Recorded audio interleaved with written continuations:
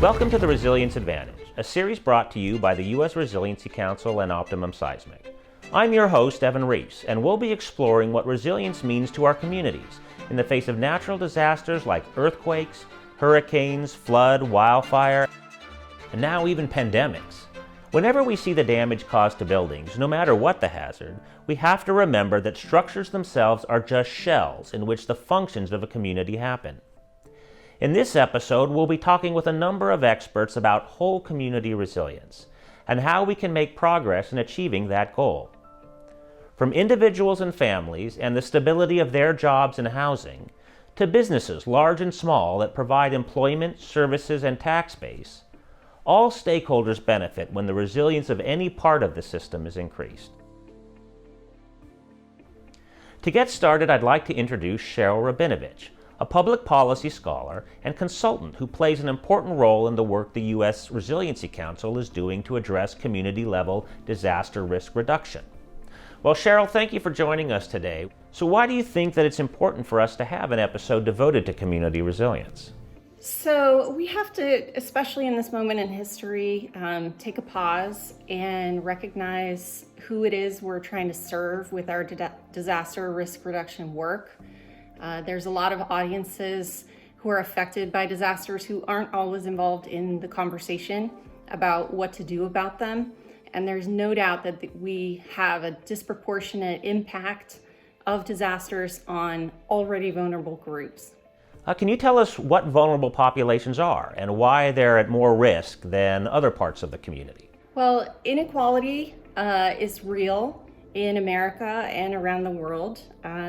Unfortunately, it's not just inequality in income, it's also inequality of exposure to risk, inequality of access to the factors of recovery. There are many reasons why people might be more vulnerable than the average person. For instance, children are in a developmentally sensitive time in their bodies and minds. An elderly person can be more vulnerable health-wise. They lack mobility and they're more dependent on others. Cheryl, in our own conversations about disaster policy, we've talked about the disaster cycle.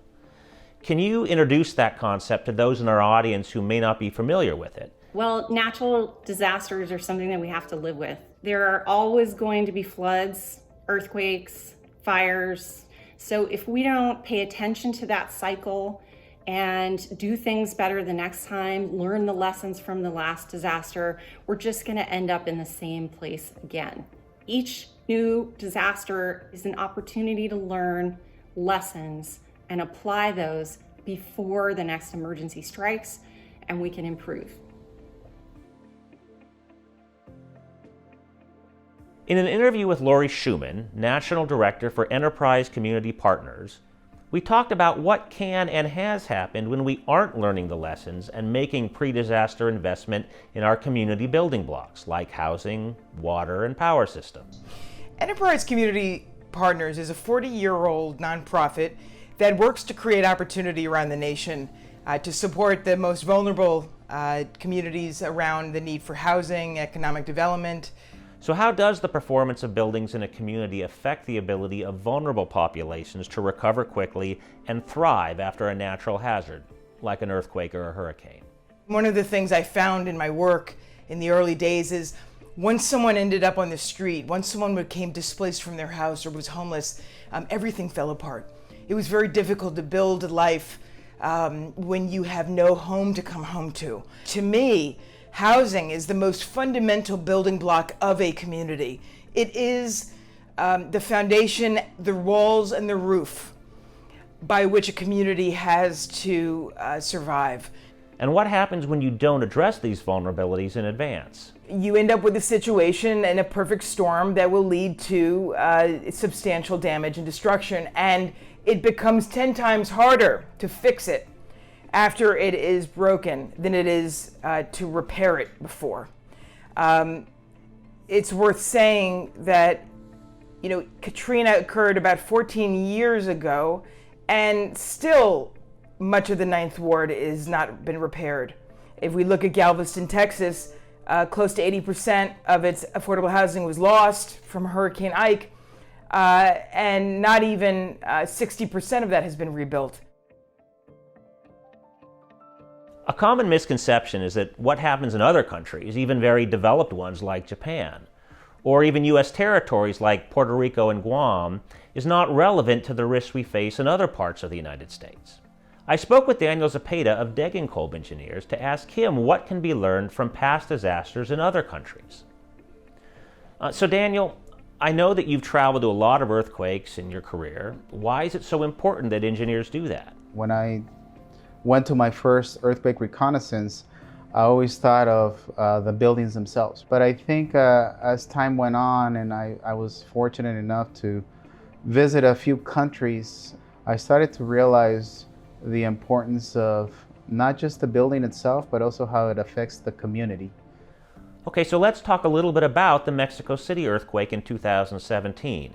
Why is what happened there relevant to elsewhere? There's a misconception oftentimes where you go to a different country and people, they say, well, that's a different country. We have much tougher codes. But I think one needs to realize that those countries actually mimic their codes and standards after the US. And a lot of those older buildings were actually built with similar codes and standards that we either use here in the US or used to use here in the US.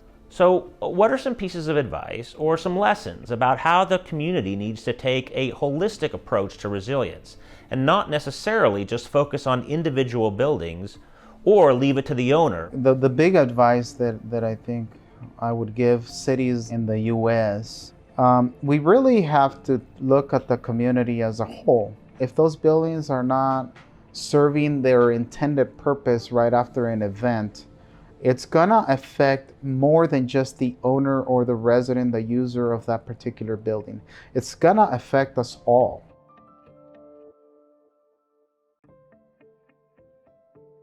When buildings are damaged in natural disasters and people are forced to leave their homes, businesses are doubly impacted by the damage to their own buildings and also by the lack of customers and workers. I talked to community leader Tracy Hernandez, who as founding CEO of BizFed in Southern California, is in a great position to explain the perspectives of businesses on community resilience. BizFed is the Los Angeles County Business Federation and the Central Valley Business Federation here in California. We're a massive network of already established business networks into one federation. They represent and have 455,000 employers or companies here in California, and those companies employ 4 million people. So Tracy, how do business leaders like your member organizations view their role in creating community? How is quality of life for everyone affected by how the economic sector is doing? The epicenter of the strength of our community is the strength of our business and vice versa. And of course, businesses are some of the biggest taxpayers and contributors, so they provide the water and the public safety and the tree trimming and the road repairs and job creation, and then moving up the job ladder to higher paying jobs. All of that matters, and we can only do that if our economy is thriving. So resiliency and planning and public infrastructure, all those things matter. And anyone who employs anyone here in California understands that and cares about it and wants to be a part of the solution.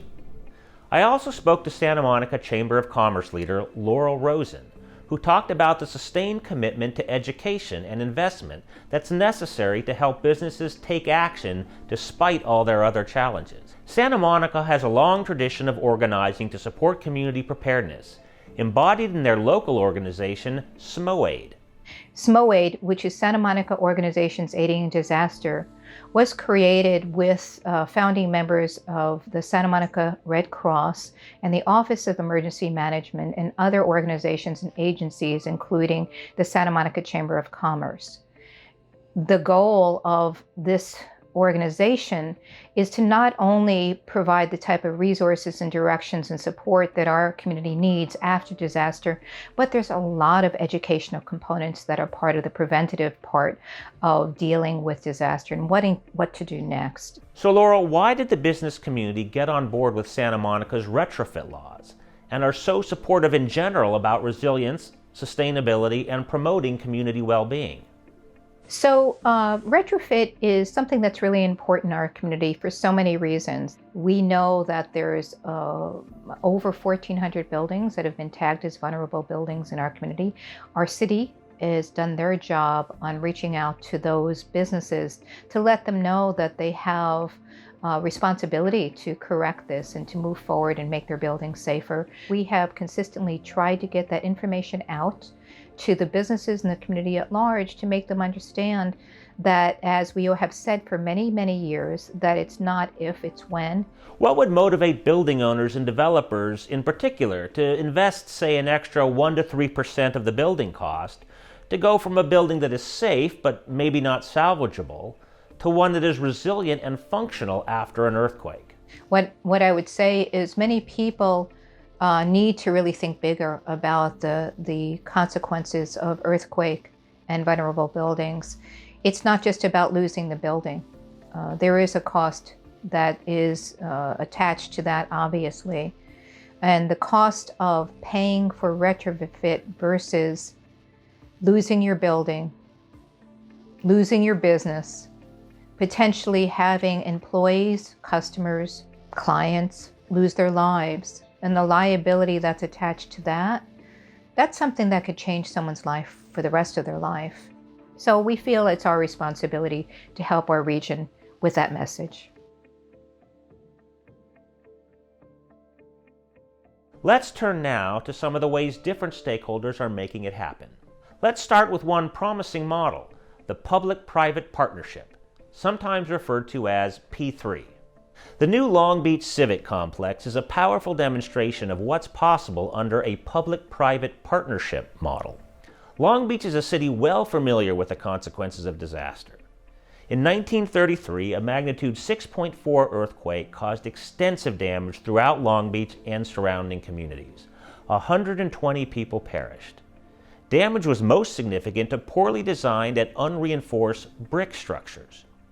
Within a few seconds, 120 schools in and around Long Beach were damaged, including 70 that were completely destroyed. Fortunately, the quake struck around dinner time. If children and teachers had been in school, experts estimate that casualties would have been in the thousands. This dodged bullet helped inspire passage 1 month later of the California Field Act to outlaw further construction of unreinforced masonry buildings and establish state supervision over school facility construction. Around 2010, officials in Long Beach noted seismic weaknesses in their City Hall and port buildings. In Long Beach, we have a great program in place where we're really assessing, by working with our business community, homeowners, and public agencies, all of the buildings across the city. We want to make sure that all buildings, not just our own public buildings, are safe for all residents and for everyone that lives here. Working closely with the community and assessing needs over the course of many meetings, the city developed a project that ultimately grew into a 4-building, 600,000 plus square foot civic center, which now houses the new city and port offices and meeting chamber, a beautiful new centerpiece public library cleverly constructed atop an existing parking structure, and it was certified under the READY rating system developed by Arup for using design and planning criteria to enable owners to resume business operations quickly after an earthquake. The $520 million project was a massive undertaking that couldn't have been possible without the partnership that the city forged with Plenary Edgemoor Civic Partners. The innovative public-private partnership model has brought a revitalized civic core to downtown, which serves residents with public spaces, attracts visitors, and provides safe and efficient city operation. The Port of Long Beach, partnering this time with Caltrans and the U.S. Department of Transportation, created an earthquake-resistant cable-stayed bridge, the second largest in the country. The holistic approach Long Beach took to meet the closely interrelated needs of local communities, as well as regional, national, and international economies, stands as a positive example for other communities as they move toward a more resilient future. Not every resilient design project occurs at this kind of scale. I asked our experts about other approaches out there for projects of a smaller size that bring community resilience benefits at a variety of levels. I'm very sympathetic to owners who make the argument that if the whole community benefits, then there ought to be a bit of a fair share in terms of who helps pay for some of these societally improving steps. When there's compelling community benefits, the justification for offering public incentives is even higher. And I think the case is really strong here. One program that many listeners may be familiar with is the FEMA Hazard Mitigation Grant Program. It's changing its name to Building Resilient Infrastructure Communities. And actually, the new administration is discussing raising the amount of money that's available in that program dramatically. And it gives communities, tribes, and states the opportunity to propose mitigation projects that are going to make a big difference in the level of exposure to harm in those locations. Cities like San Francisco, Berkeley have taken advantage of that money and put it to great work, upgrading schools, offering a grant program for owners of tilt-up concrete in their community where they've required a retrofit, but they're also able to offer a program to help subsidize those retrofits. The leading tool for construction of affordable housing is the low-income housing tax credit. And it has led to the creation of hundreds of thousands of housing units around the nation. And then there's a stack of additional funding that's layered in with LIHTC, coming from a variety of public subsidies from HUD. USDA has subsidy in rural communities and tribal communities and other set-asides. An important trend is the growth of local programs, including inventories and voluntary or mandatory retrofit requirements to address known vulnerable building types. For the multifamily buildings, we can talk specifically about the Los Angeles soft story ordinance that was passed a few years ago. We've done a cost-benefit analysis of the Los Angeles soft story ordinance, where we looked at sort of the range of costs that it would take to retrofit these soft story buildings. And what we were able to show is that on average, there's a 3-to-1 ratio in terms of benefits to cost. Now, something that our study did not look at is, other types of socioeconomic benefits that even though we did not quantify it, it's something that you have to think about. We can point to about 10 or 15 largely California cities that have adopted, in particular, retrofit ordinances for various building types that are known to be higher hazard. The city of Fremont was actually the first city in the Bay Area to adopt a soft story retrofit ordinance. And now Southern California has got on board. We have LA, we have Santa Monica, we have West Hollywood, Burbank has some policies. There are a number of cities now that have taken on these successful models and tried to replicate them in their own communities. Those ordinances are available as models, so you don't have to start writing your ordinance from scratch. What I would say to cities that are worried about going to the mandatory policy step is that there's a lot of options they can take short of that will still do a lot of good. One of them is to inventory vulnerable buildings in your community. Another option is to implement a voluntary program. So once you get information out to the community about the fact that these vulnerable buildings exist and there's things we can economically do about those problems, a lot of owners will actually see that information and take the opportunity to fix the problem without being made to do so. That happened in the city of Berkeley. About 25% of owners voluntarily retrofit their multifamily apartment buildings after the city passed a voluntary evaluation ordinance.